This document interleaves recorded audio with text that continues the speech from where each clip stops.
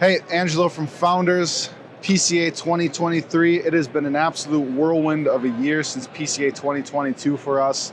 In that time, we looked at getting in with the new factory, completely changing the aesthetic of our bands with cigar package design and our new boxes as well. So don't have any boxes to show today. Missed that by a couple days for the show, but could not be more excited to show everyone the new aesthetic of our bands. One of the things that we saw throughout the year is utilizing mahogany boxes for some of our display units and having a very subtle parchment feel with black silhouettes. We thought that things were getting lost in a humidor. So what we wanted to try to do is, how can we use color, gold foil, some of these more premium components and increase and really elevate the feel of our brand in the humidor.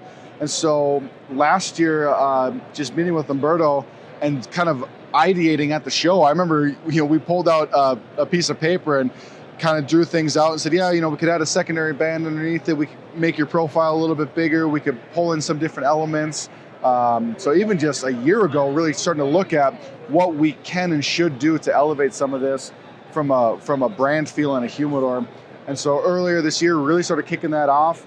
And what I really appreciated about working with Umberto and the team was they took what I had and completely turned it on its head just to give me an idea, even just pull me out of the way that I was thinking, because originally I was like, okay, maybe we can take what we have, add some things and kind of modify it a little bit, but we would not be where we are today if they didn't completely turn it on its head and show me, show me different ideas. Sorry, I was pausing for an announcement. Just show me different ideas that we could do. So just even taking that initial concept and saying, wow, absolutely love how this looks. This seems unbalanced. Let's move some of this around. Let's pull some historical concepts into it. Let's do a little bit of a subtle nod to the American flag in there too. So just really taking the time to break it down into its components. And what was cool is we had color. So if you look at our entire line, we had color originally as an accent color, but we tried to figure out how we could lean into that from the perspective of making color the primary. I love some of the boxes out there, the Placencias, the Crux. I love how they lean into color, some of the Room 101 boxes that they use. But, how can we lean into color, but still feel like Founders, still feel like, traditional, historic stamps and coins and parchment and some of the historical documents. So finding the right balance of some of those colors. So what we ended up with, I think we completely nailed it. We ended up going with two bands. We've got our primary band and our secondary band. The primary band still uses the seal, but instead of going black, we went completely gold. And then there's two kinds of gold. We've got a really nice matte gold on there, and then more of a glossy gold that makes the silhouette pop. That top, people have said, oh, that looks like a coin, that looks like a stamp, that looks like a seal. And then that's actually what we did on the bottom of it. So we have the silhouette, we've got the Founders, and we really went with 3 coins underneath the Founders name. And we pulled in a lot of historical things into that. The coin in the middle is the Liberty Bell with 13 stars around it, kind of a nod to the original 13 colonies. The coin on the left is the original seal of the Continental Army when we fought Great Britain in the Revolutionary War. And then the seal on the right is the original Great Seal of the United States. So if you look at that, you can see how it very much is similar to the seal, because it didn't change that much over the last couple hundred years. But we wanted to take as much of a historic nod into this as we could and really pay tribute to it, because that's what we tried to do the entire time. Then kind of panning around on the secondary band on the bottom, we stamped veteran owned on the side of it. That's really important to us. Brian being an Air Force vet and trying to build community within all communities, but specifically the veteran community. And then taking a textured approach here on the side, just really nice, kind of a parchment look, but got that nice gold cross hatching. And then my personal biggest complaints about our old bands was that they were so hard to take off. And so we introduced a coin on the back that's not going to be glued down, so that makes for easy removal of your band, so you don't have to worry about damaging the band. So, feel like not only the look, but the feature set on a band like this really increased.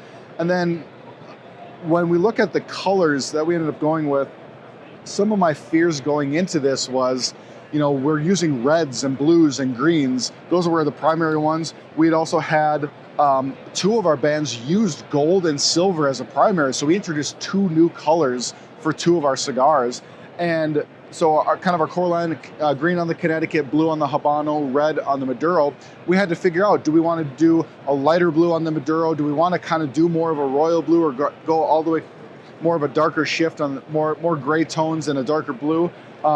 With the red, do we want it to be a burgundy? Do we want it to have that really nice kind of deep red wine feel, or do we want to kind of back it up? And then the green, I think the green is the one that I think that the first one that we looked at there was like, it felt right. And then really working with the team on the blues and the reds, I think we absolutely nailed it.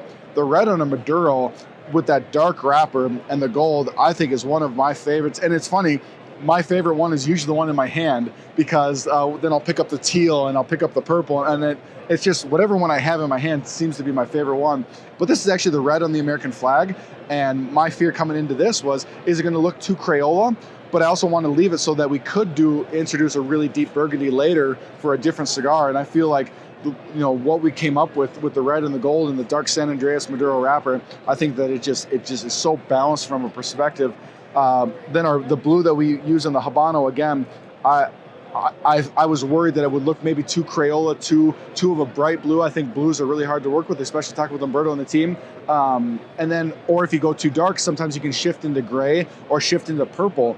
And so trying to find that balance, you're really walking a fine line between all these different feels that you're trying to pull into that. And the way that I feel that this blue was absolutely nailed, like right on the nose with this.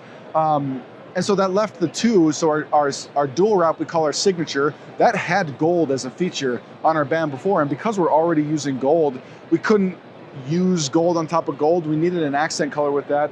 We considered doing more of a monotone gold and a monotone silver on those two cigars, but it looked too out of place as it related to the other ones.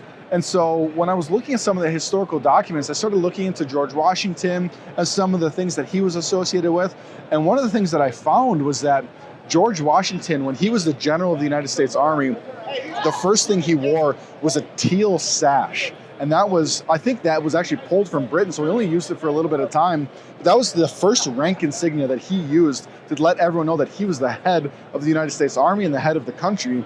The other thing too is that teal is PTSD awareness. So we wanted to use a color that was really close to both of those as the kind of the historical significance of George Washington with kind of that color of the band. And our company is so big on creating community, especially in the veteran community, to help people out of isolation and out of anxiety and depression and all that. So having that subtle nod to the PTSD awareness was really important to us as well. And again, the color on this band with the gold and the dual wrap, I think is just an absolute home run with that as well. And then using when we looked at the Candela, that was one too where, because the primary color of that band originally was silver, do we want to try to do some form of silver and gold? Do we want to try to go just silver on that one instead of gold?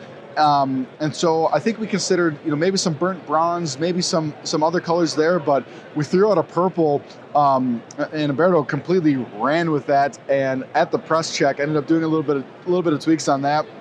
And the first time I held this band in my hand, the first thing I said is just this is the perfect purple. This is just the absolute perfect purple. It's not too light, it's not too violet, it's not too dark where it almost looks like a navy blue. It's very distinct next to our dark blue for our Habano. That was another fear of mine, is that what's it gonna look like when you put these two cigars next to each other? Are they gonna be too close, or are you gonna lose it? But again, I think with the way that the team handled that one, I couldn't be more happy with Ricky and Vanessa and Umberto and the whole team that came together to make this happen. So the presence in the humidor, we are still going to have our mahogany retail tray, and that was a big thing for us, is how are all of these going to look together?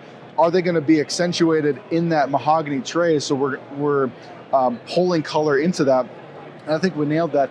The other thing that I don't have on display today is all of our boxes, our retail boxes for our shops now are going to come from the Dominican, and they're going to be full painted. So I do have a rendering. They're going to be about the footprint of these little sidecar mahogany boxes. We're going to have a lid that flips down and a lid that flips up.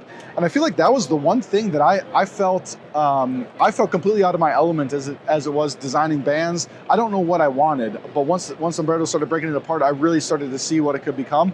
I did feel like, though, from our brand, we try to approach this from the perspective of a consumer. If I'm a consumer and I'm walking through a humidor, what sort of things help me as a consumer? What sort of things kind of hinder my experience as a consumer? And so what we wanted to do is we wanted to educate. Again, I keep going back to Crux. I think that how Crux lays out some of their packaging and their education, the flavor notes, all of that on this inside of their lid. I really like how they did that. But with the cabinet style box, the 5x5, I felt like we were losing some of the real estate that would allow us to do that. And also you have so much different variation in the humidors. Some have narrow shelves, some have really angled shelves, some have, they don't have a lot of room for that top lid. Some have a high lip where you lose the front face of that. So I said, how can I make sure that I put redundancies in there? I stamp my brand over everywhere in the box, that I can utilize some unused space. So that's where we really looked at doing a flip down lid in the front and a flip up lid in the back, where there's company information on the back lid, company information on the front, and then the specific blend information right on that front lid. And then we're also integrating QR codes. Demographics of cigars are getting really wide and a lot younger, and you're having a lot of people in humidors wanting to learn more about a cigar right on the spot. So we're going to put a QR code on both lids. So we're going to have the wrapper information, the strength, and the origin profile on that front lid. But there's also going to be a QR code there. So if someone really wants to know, hey, what's the binder? What's some of the flavor notes? What are some of the stuff that we couldn't fit on the box? We've got the QR code there. So if people really want to, or even the shop owners, they're able to pull that up and really walk someone through that. We wanted our boxes to be really an equipping and an educational perspective as related to our boxes in a humidor. So again, such a team effort. I feel like I played such a small part in this to where it is today. Could not be happier with how everything turned out. Could not be happier with how it even presents on a shelf, how it presents in our mahogany boxes, and cannot wait to see the full printed or full painted. And then there's going to be gold foil with all the printing on all the stuff on the boxes. So again, such a shout out to Umberto and the team, Ricky and Vanessa for the bands. They just absolutely nailed it from that perspective. And we really feel strong with coming into 2023 with the new factory, the new bands, the new boxes. Just really feel like this is a launching off point. There was a ton of work in the first 6 months of the year, but I mean, really the work starts now, and we got to go out there and get these in people's hands and start delivering on a lot of those orders. So couldn't be happier with the product and the product presentation, and I'm really excited for the rest of 2023.